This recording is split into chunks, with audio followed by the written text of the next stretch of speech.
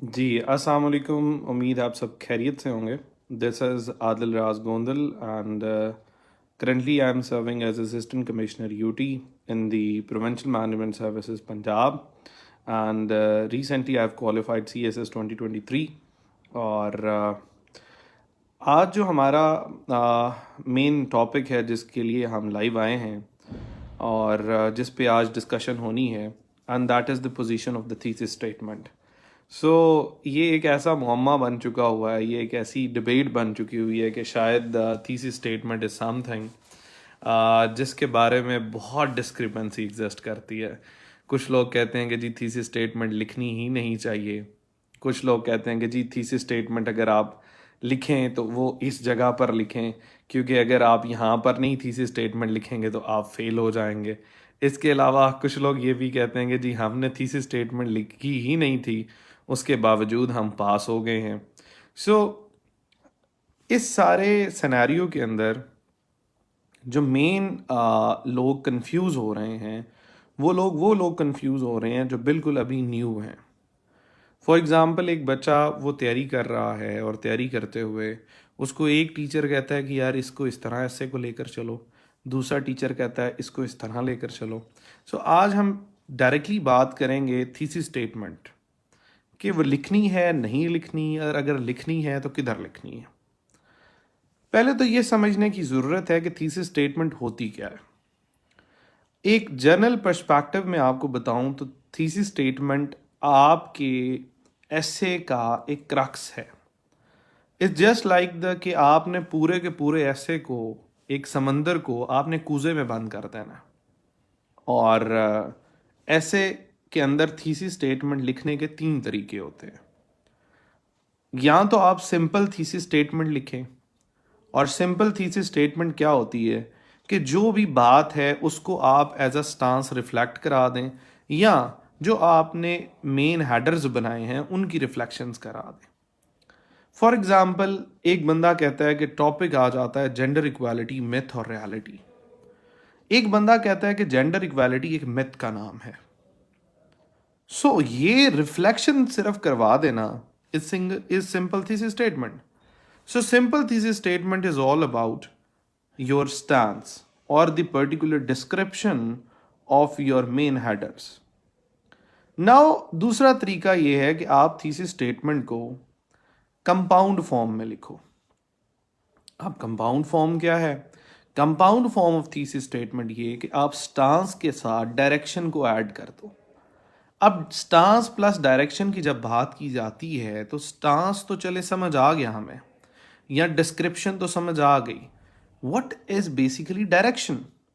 Direction is basically the arguments that you have given और you will be giving in your outline. उसको prove भी तो करना है। जो बात आपने कही कि यार ऐसे नहीं ऐसे है, तो वो प्रूव भी तो करनी है। तो उसकी चंद एक रिफ्लेक्शंस आप अपने थीसिस स्टेटमेंट में दे दें। ये सादा सी बात है थीसिस स्टेटमेंट, इससे ज़्यादा कुछ भी नहीं है थीसिस स्टेटमेंट। हमने इसको बहुत बड़ा एक मुअम्मा बना दिया है कि जैसे थीसिस स्टेटमेंट तो कोई ऐसी चीज़ है। तो हम ये देखेंगे कि इसकी बेसिकली जगह क्या है। यानी कि आप अगर एक ऐसे लिख रहे हैं तो उसमें थीसिस स्टेटमेंट लिखी कहाँ जाएगी। देखें, इंट्रोडक्शन लिखने के दो तरीके होते हैं। या तो आप जनरल से स्पेसिफिक आते हैं जिसको फनल मेथड कहते हैं, या आप स्पेसिफिक से जनरल जाते हैं। दोनों सूरतों में अगर तो आप जनरल से स्पेसिफिक आते हैं, जो कि बहुत आसान तरीका है कि you start with a general statement then you write specific statement. ऐसे केस में the last line of your introduction should be thesis statement, and on the other hand the first sentence of your conclusion must be thesis statement. ये दो जगह हैं जहां पर लिखना लाजिम व मलजूम है। These are the compulsory places जहां पर आपने थीसिस स्टेटमेंट जरूर लिखनी है। अब सवाल ये पैदा होता है कि व्हाट इफ अगर हम इंट्रोडक्शन स्पेसिफिक टू जर्नल आ रहे हैं, so just reverse it by 180 degree. जहां जनरल स्टेटमेंट है वहां थीसिस, जहां थीसिस है वहां जर्नल। बाकी चीज़ें हो जाएंगी. But I would recommend you to always start with the journal, scope, and then move to the specific. So in that particular scenario, आपका जो thesis statement है, that is the last sentence of your introduction and the first sentence of your conclusion. अब इन दोनों में एक छापा ना मार देना, इनको definitely आपने paraphrase करके idea सेम रहेगा but replica of words नहीं होगा.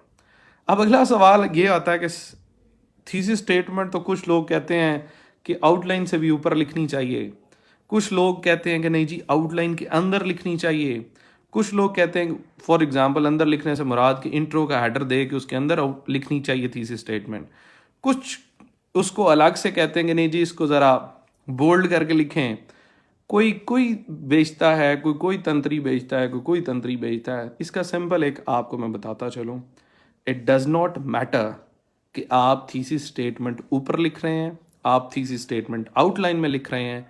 अगर ऊपर लिख के गलत लिख रहे हैं, नीचे लिख के गलत लिख रहे हैं, या सिर्फ इंट्रो में लिख के गलत लिख रहे हैं, पास नहीं आप होंगे.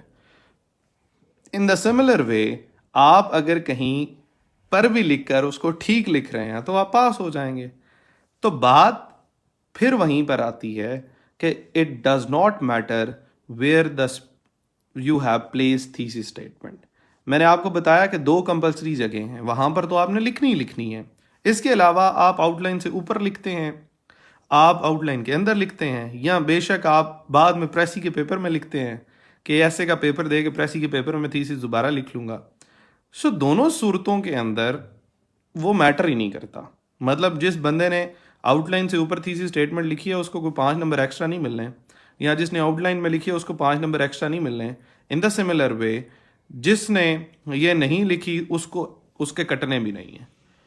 नंबर किस चीज़ के मिलेंगे, वो तब मिलेंगे जब इंट्रो की आखिरी सेंटेंस के अंदर आपकी थीसिस स्टेटमेंट रिफ्लेक्ट होगी और आपकी कंक्लूजन वहाँ से शुरू होगी.